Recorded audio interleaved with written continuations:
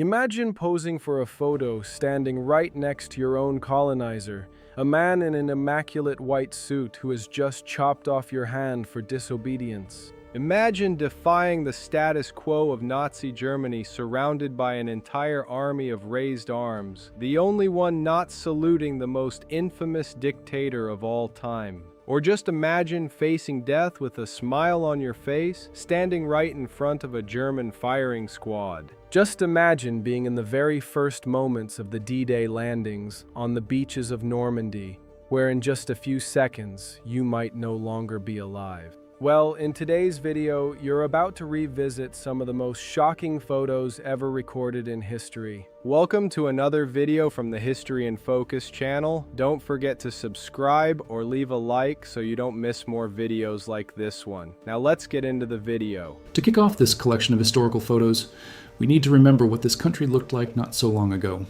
This water fountain in the American South had one rule. Colored people drank from one side, white people drank from the other. It wasn't a custom, it was the law. The separation was written right there in the metal, at cup height. And let's be clear, we're talking about 1950, not 1850. From the water fountain, that same logic hitched a ride into another part of everyday life, the simple act of sitting down. There was no line, no luck, no choice.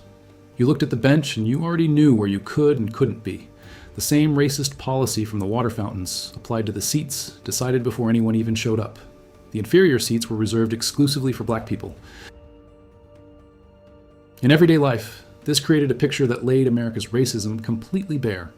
White people up front, seated, in full view of everyone, black people pushed to the back, in the last seats behind. And the hardest part is how ordinary the scene looks. Nobody is shouting, nobody is fighting. It's just people heading to work, taking exactly the spot the law told them to take, in silence. And nobody there thought it was strange. But this picture has a much older root, and it starts almost a century earlier on a street in Atlanta. The photograph is by George N. Barnard from 1864, and it shows the business of a slave trader on Whitehall Street in Atlanta, Georgia. Look closely at the image. Right next to the door stands an infantry soldier, a corporal of the United States Colored Troops. A place where people were sold, with a black man in uniform standing guard at the entrance. Look closely at the faces and the postures. This isn't a photo of labor, it's a photo of ownership. Workers in the Belgian-occupied Congo around 1900. Those people weren't there for a paycheck. They were there because the entire colony ran like one man's private machine, demanding output from people who had no right to refuse.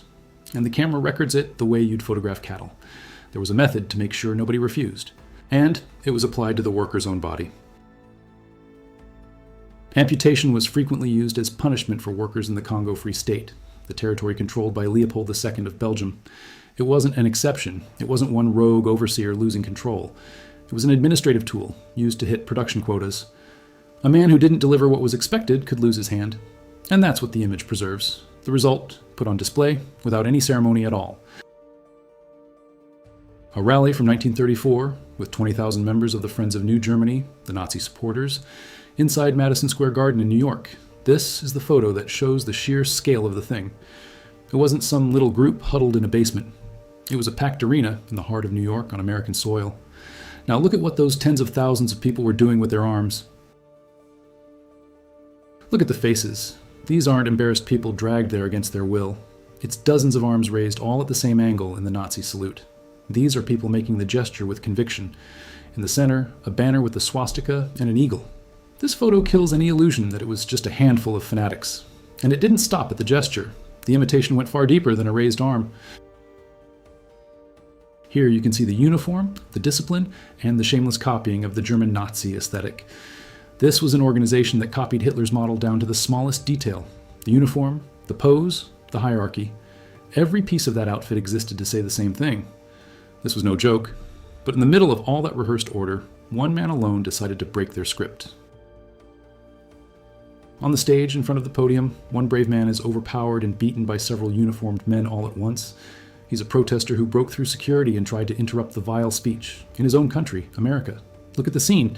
It's many against one, and the podium is still standing there untouched while he takes a beating on the stage floor. At first glance, this looks like a keepsake photo, the kind you'd paste into a family album. A big group, men in uniform and young women all packed together, shoulder to shoulder, smiling at the camera. It's a scene of pure leisure, and that's exactly where the problem lies. Because the one thing that changes everything in this image isn't on anyone's face, it's on the ID badge. Pay attention to who these people are.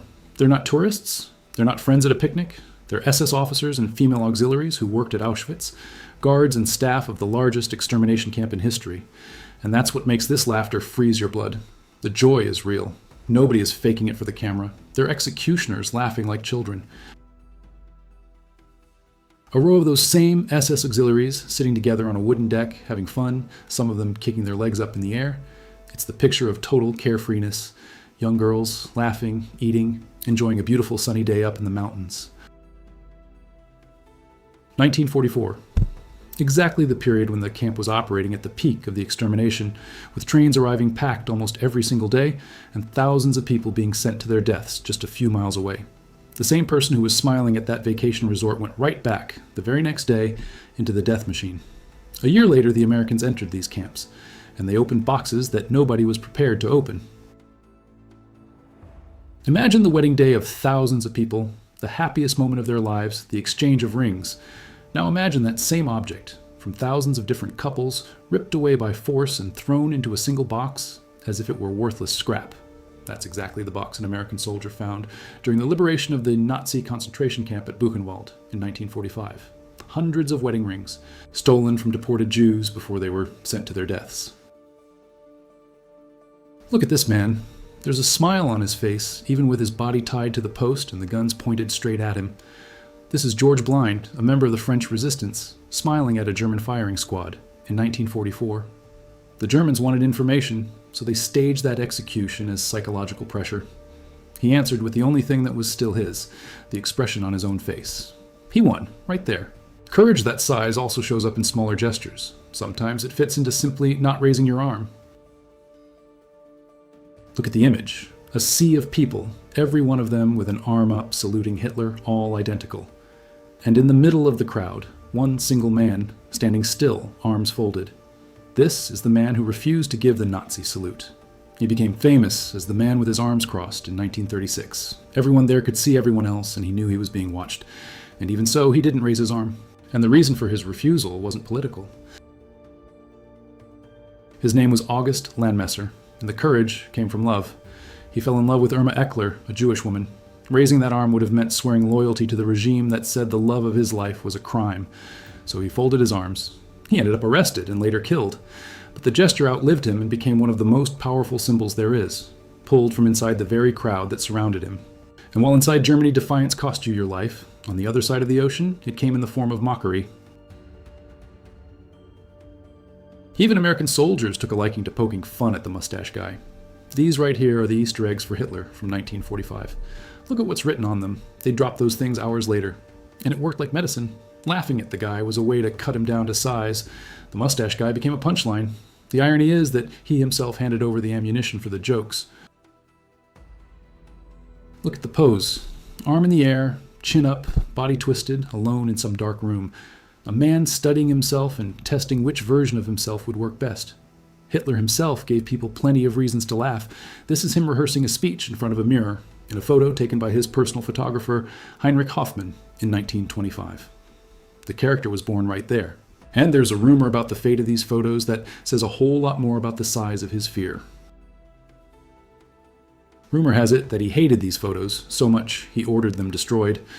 They're from 1925 and they show Hitler alone, listening to recordings of his own speeches and testing out eloquent poses, faces, and hand gestures in front of the camera to decide which ones he'd use on the podium.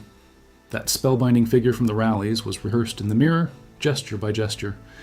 He ordered the photos burned, but for our entertainment, the photographer disobeyed and kept every single one. And since we're on the subject of controlled image, there's one photo that runs right over the whole macho character he was selling.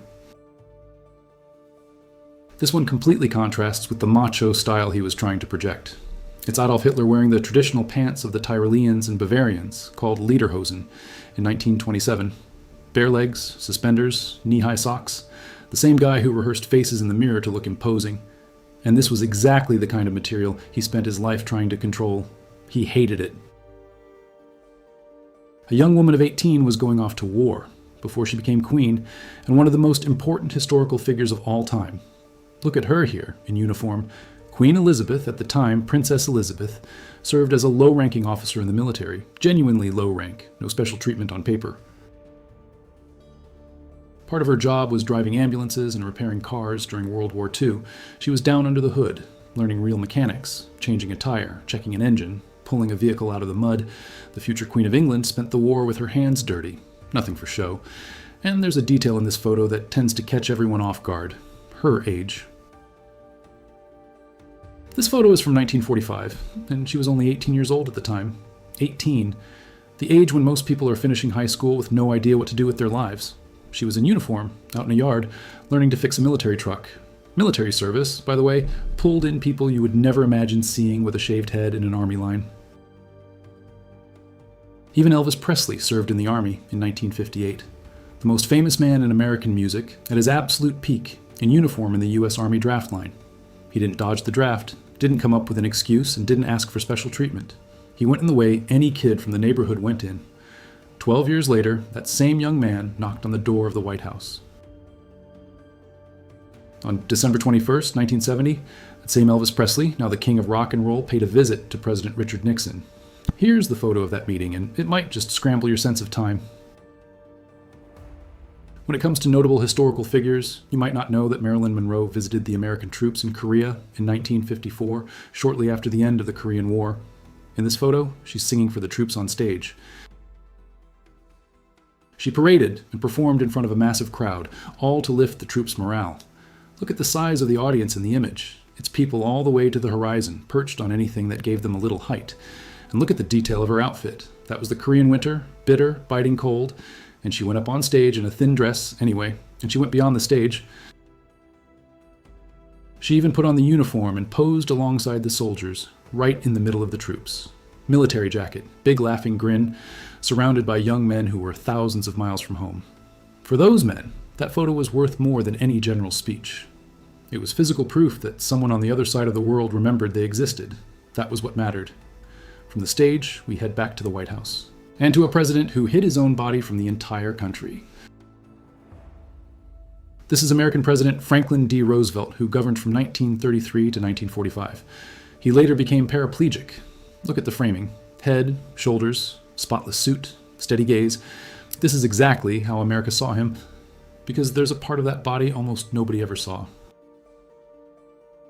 We never really saw the braces he wore on his legs while he sat in the wheelchair.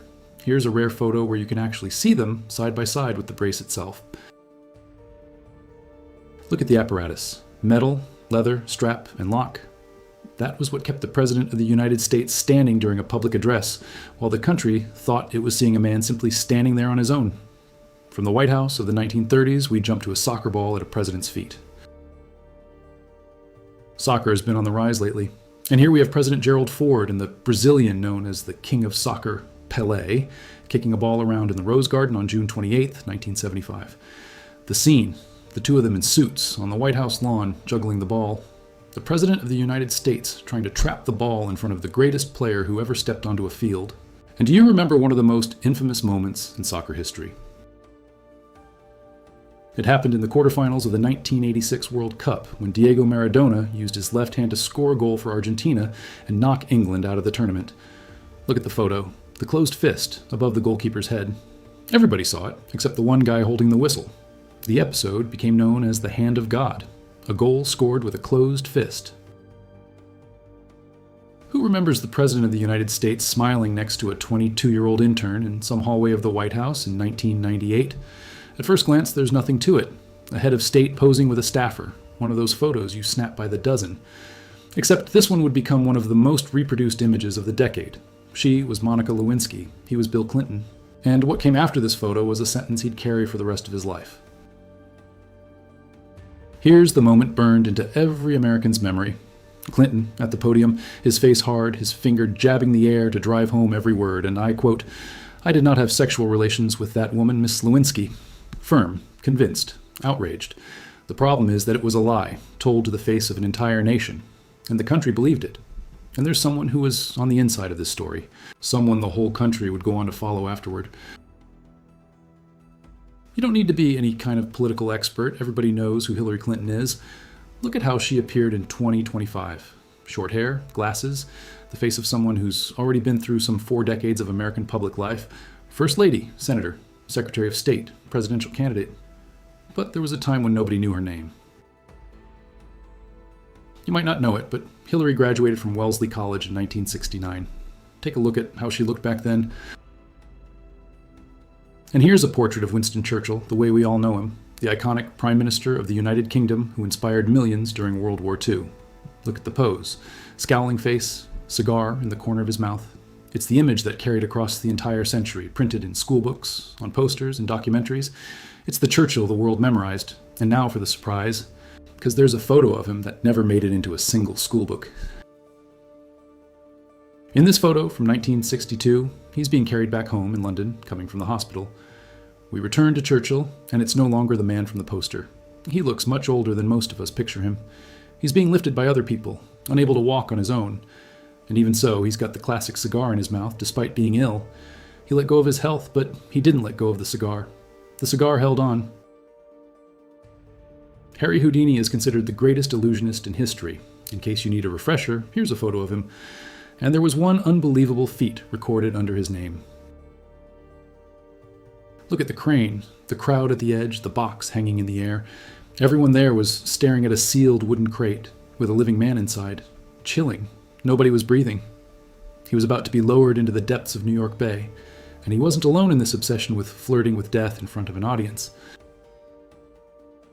In the wave of daredevil performances, take a good look at this image. 2 men are standing on the wing of an airplane, tennis rackets in hand, with the world rushing by beneath them. No cable, no harness, no net below. Just the faith that the pilot wouldn't tilt the plane. The 1930s were a stage for plenty of bold lunatics. This is a circus performer inside an aquarium car full of crocodiles. In Berlin, 1933, look at the space. It's a real aquarium. He isn't separated from the animals. He's in the same compartment, sharing the same few square feet. Imagine what it was like to be a bulletproof vest tester in the 1920s. You put on the vest, brand new, freshly made, with no real guarantee that it works. You stand there, your chest covered by that fabric, and a row of men a few steps away, guns aimed at your torso. You know that if the material is bad, there's no second chance. No plan B. If it worked, he lived to tell the story. If it didn't, he became a statistic. And if you think that was a one-day exception, there's more. A lot more. It's shocking to see with your own eyes. Look at how casual the scene is. The shooter standing, the target standing, the 2 of them almost touching, and nobody looks nervous. There was no laboratory. There was a volunteer, a gun, and a man squeezing the trigger. Factory routine. And the same reasoning applied to glass. Brave souls also volunteered to test bulletproof glass. Look at the setup. The man sits behind the pane, his face pressed right up against it, and the shot is fired from the front. If the glass cracked, the problem wasn't the manufacturer's, it was his face's. And here's the question this whole image raises. Did people back then simply have no fear of dying? This photo from 1935, before cell phones existed, gives a whole new meaning to the word portable. Look at the size of the device. It was a box, a cord, and a strap. Portable there meant somebody was hauling it on their back. The man with the phone hanging around his neck is a train station employee. That phone let people make a quick call before leaving the station. And it wasn't just the phone that was enormous. Before they were portable devices, hair dryers looked like this, big futuristic machines that you sat down underneath. Ready for a real scare? Imagine what it was like to be a construction worker in New York around 1930. Your lunch break is on the edge of the 22nd floor of a skyscraper, legs dangling over the void, no safety belt, no cable, nothing. And there's still time to play the harmonica. There was a photo from the same construction site that became the most famous high-altitude image in New York. Remember that photo of the construction workers eating lunch on the still unfinished Empire State Building? 11 men, sitting side by side on a steel beam, lunch pail in hand, cigarette in mouth, chatting away. It's probably the most reproduced photograph in the history of American construction. Everyone has seen it, on posters, on mugs, on office walls, on bar walls too. But there's a question almost nobody asks about this image. Where was the guy who photographed it? Here's the photographer Charles Ebbets taking that photo. On September 20th, 1932. Look at his position. To capture the 11 workers sitting on the beam, someone had to be even more exposed, with the heavy camera of the era in his hands. No support and no protection at all. The man who took the most famous photo of people risking their lives was risking his own. Except he stayed out of the frame. Nobody remembers him. If you're afraid of the dentist today, take a look at how it was in 1892. The man in the image is going through a tooth extraction, and the dentist is behind him, pulling. The man in front of the patient, with his foot up on the patient's lap, is an assistant. That's right, the assistant used his own foot as leverage to pull harder. There was no reclining chair, no anesthesia. There was a human lever. This one gives you chills. Brute force and nothing else. And if dentistry was like this, imagine what they did to people who came looking for help with their heads. Electroshock therapy was invented in the 1930s and used to be far more common. It was used, for example, to treat severe depression in adults. In this disturbing image from 1955, you can see a patient receiving electroshock to the head, and decades earlier, a man was already playing with electricity on a much larger scale. A man sitting, legs crossed, calmly reading a book, as if he were in his own living room. Except all around him, giant bolts of lightning sliced through the air, exploding just a few steps from his body. This man is Nikola Tesla, the naturalized American physicist, photographed next to his magnifying transmitter in the Colorado Springs laboratory in 1899. He knew exactly what he was doing, and he wanted you to doubt it. Decades later, the same man would appear in another photo, and this time, there wasn't a single bolt of lightning around him. A thin old gentleman in a suit, alone. This was the last known photo of Nikola Tesla from 1943. The man who lit up the world died in a hotel room in New York, in debt, feeding pigeons. He registered hundreds of patents and ended his life with almost nothing. Speaking of endings, there's a ship that also became a legend precisely because of the last photo ever taken of it.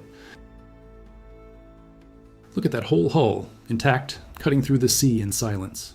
In that moment, whoever pressed the shutter was just capturing a beautiful ship sailing away. But this was the last known photo of the RMS Titanic above the water in 1912. A few days later, that same structure would be thousands of feet deep at the bottom of the North Atlantic. Nobody suspected a thing. And inside it, life went on with a luxury that seems like a joke today. There was a gym on board. This man is working out on a rowing machine in the gym aboard the RMS Titanic in 1912. The guy in the photo is exercising to stay in shape on a voyage that, for hundreds of people on board, would have no return. A gym on the open sea in 1912. The newsboy Ned Parfit sells his evening paper with the red-hot news that the Titanic had sunk the night before. It was April 16th, 1912. He had no idea how big what he was selling really was. To him, it was just another shift. And that newsstand became the photo the whole world uses to tell the story of the sinking. A boy and a headline. Imagine walking down the aisle on your wedding day without being able to see anything, without seeing the bride's dress, without seeing her smiling face. That's how the wedding of a blind World War I veteran went in 1921. He left home with both eyes and came back with neither. And there were those who came back from war having lost far more than their eyes. Far more. In this photo, sailors salute a war veteran missing the lower half of his body, lost in combat. Leningrad, 1989. Look at the image closely. He comes up to the other's waist, and the sailors around him are standing at attention, rendering military honors. Nobody there feels sorry for him. Those men are saluting a soldier. Let's go to the exact moment when the bodies of men like this were thrown into war. Imagine that it's you in here. The landing craft rocks and the waves break relentlessly over the bow. You're soaked to the bone, cold, packed shoulder to shoulder with dozens of other young men. Nobody says a word. And then the craft hits the bottom. The sound changes. Everyone understands what's coming now, the moment the ramp drops. The world turns into hell. The instant that ramp falls, you stop being protected. The German machine guns, dug into the heights, are aimed exactly at you. It's not a stray shot. It's a shot lying in wait. The first men in line often don't even get to take a single step. They fall right there on the ramp before a foot even touches the water. You leap into water that sometimes hits your chest, sometimes your neck, and you've still got more than 200 yards of open beach to cross in the middle of wooden stakes, mines, and barbed wire. The weight of the gear drags you down. And here comes the part nobody tells you. Men drown before they're even shot, just a few steps from the sand. And between the ramp opening and a foot touching the sand, an entire life fits being erased. You had a name, a mother, a girlfriend waiting for a letter, plans for the end of the war, some idea of what you'd do when it was all over. You had a job waiting for you, maybe a house, maybe a kid. And in a few minutes, between the ramp opening and your feet touching the sand, none of that exists anymore. 2 decades later, another American generation would be sent into another hell, a green hell crawling with creatures. Here, an American soldier holds a jungle centipede during the Vietnam War in 1967.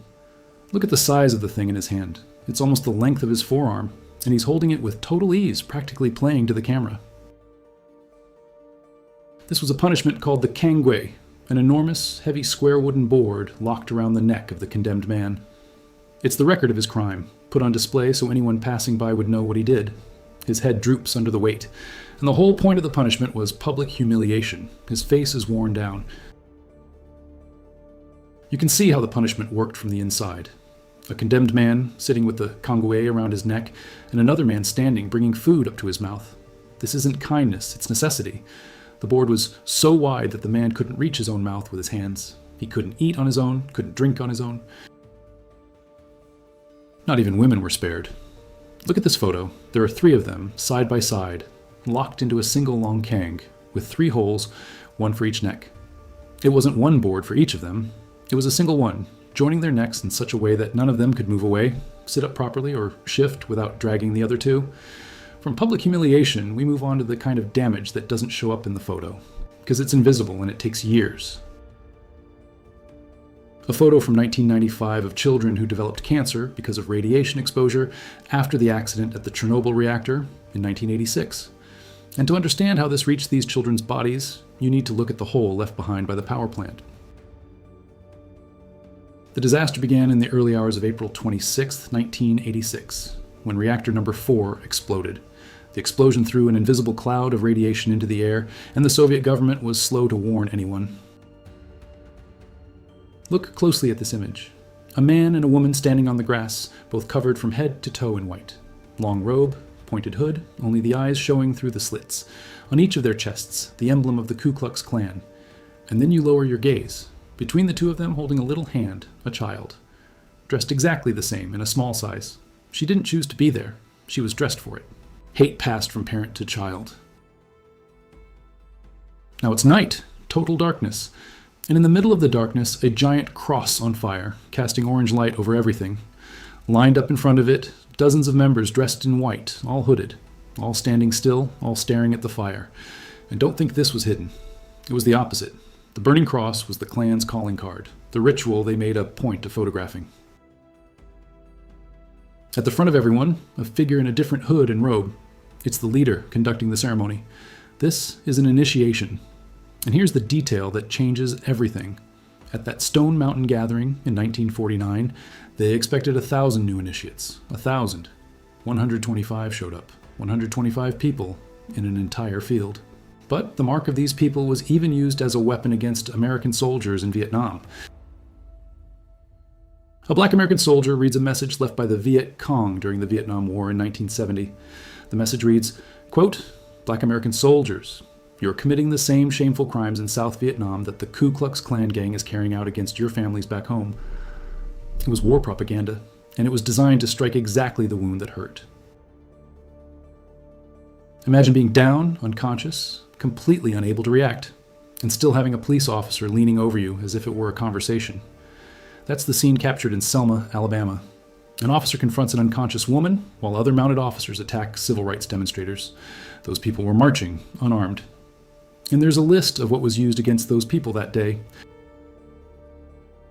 The police used tear gas, billy clubs, whips, and ropes to drive back the demonstrators as they crossed the bridge over the Alabama River at the edge of the city. And the man who led that march got the same message at home, planted in his own yard. Imagine leaving home in the morning and finding a burning cross on your own lawn, the smell of smoke still in the air, and your little child right beside you, taking it all in. That's what Martin Luther King Jr. found in 1960 in his own backyard. And that same year, a well-known candidate was going door to door asking for votes. Imagine opening your front door in one of the poorest regions of the country and coming face to face with the future President of the United States right there on your sidewalk, waiting to shake your hand. That's how John F. Kennedy campaigned in West Virginia in 1960 in a suit, going door to door. 3 years later, That same man would be tragically dead during a ride in an open car in front of the public in Dallas. And if one president won the White House on the strength of a handshake, another lost everything because of a wiretap. Do you remember the reporters who exposed the Watergate scandal? Here they are, watching President Nixon's resignation in 1974. Two newsroom journalists brought down the most powerful man in the world, and they watched it sitting down. From the fall of a president, we go back 100 years to the Old West, and to a card table. This is one of the only certified photographs of Billy the Kid, the one in the top hat, playing cards with his accomplices. We're in 1877. Look at the mood. It's a band of skinny, poorly dressed young men killing time with a deck of cards. Billy the Kid would die just 4 years later, at 21. There he wasn't only the kid in the top hat, but one of the most iconic and most wanted outlaws of the Wild West. And while the Old West was boiling over, it was also wiping out an entire species, by the millions. And the buffalo hunt out west. Here's the mountain of buffalo skulls in 1892 at the height of the species' risk of extinction. Look at the size of the pile. There's a man standing on top of it, and he looks small. Every skull there was an animal, and that was just one storage depot among many. In a few decades, America reduced a population of millions to a few scattered survivors. This is Las Vegas in 1955. Imagine buying a plot of land there back then. It's practically a little road with a sign, that ground that today costs a fortune per square foot. Desert on one side, desert on the other. You know the beautiful Niagara Falls of today, right? Millions of gallons of water crashing down every second. The mist rising. It's one of the most photographed places in North America, the honeymoon destination for entire generations of American couples. Well, there was a year when someone simply switched it off, and the photo exists. This rare photo shows Niagara Falls with no water in 1969. A wall of bare rock, dry, with the riverbed exposed and the bottom in plain view. U.S. Army engineers diverted the flow to study the erosion of the rock. I bet you've never seen a robot rickshaw. In Japan, in 1981, this automated rickshaw took part in a contest held by a car maker and was sold to actual customers for $4,350. Look at the thing. It's a mechanical dummy pulling the cart in the spot where a person would normally be. It reached only about 3 miles per hour and carried one person, but it's certainly impressive to see. Now we close with the man who made a fortune running outside American law. Al Capone was the most famous gangster in American history. He ran organized crime in Chicago in the 1920s at the height of Prohibition, raking in fortunes from bootlegging liquor, gambling, and prostitution. Impeccably tailored suit, hat, cigar, the smile of a man who poses for the press without any fear at all. He didn't hide. He gave interviews. The whole city knew who he was. But the people who worked with him didn't share the same fondness for the camera. Quite the opposite. These are mobsters hiding their faces at Al Capone's trial in 1931. While the boss posed in a suit with a cigar, these guys raise a hat, a newspaper, a hand, anything to cover their faces at the courthouse entrance. They knew exactly what a photo could cost. And the ending of this story is the most ironic detail in this whole collection. Nobody would have bet on it. The curious thing is how he fell. It wasn't for murder. It wasn't for bootlegging. It was, believe it or not, for tax evasion. In 1931, the untouchable Al Capone was arrested because he didn't pay what he owed the government. The man the entire Chicago police force couldn't lay a hand on was brought down by an accountant. It wasn't a bullet that got Capone. It was the taxman. If you made it this far, drop a like, comment on which photo intrigued you the most, and subscribe to the channel so you don't miss the next ones. I'm out.